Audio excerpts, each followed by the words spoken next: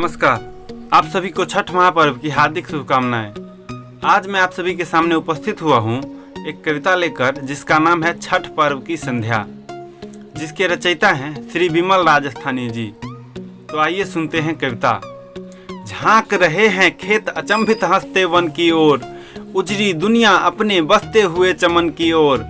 पंछी लौटे वन को भरकर चंचु चंचु तिनके, नीर नीर में प्राण बिन के तार तार झनके। मुग्ध दिवापति के छवि चरणों से हिलते जल में, खरी नारियां मौन फूल फल भरकर अंचल में। कोमल कमल संपुटी सी कुछ बांधे अंजलियां, तपसिनियों सी रवि पूजन अर्चन में रतकलियां। निरख रही हैं अपलक छवियां ज्योति सुमन की ओर, विदा मांगते हुए विहंसते रवि आनंद की ओर।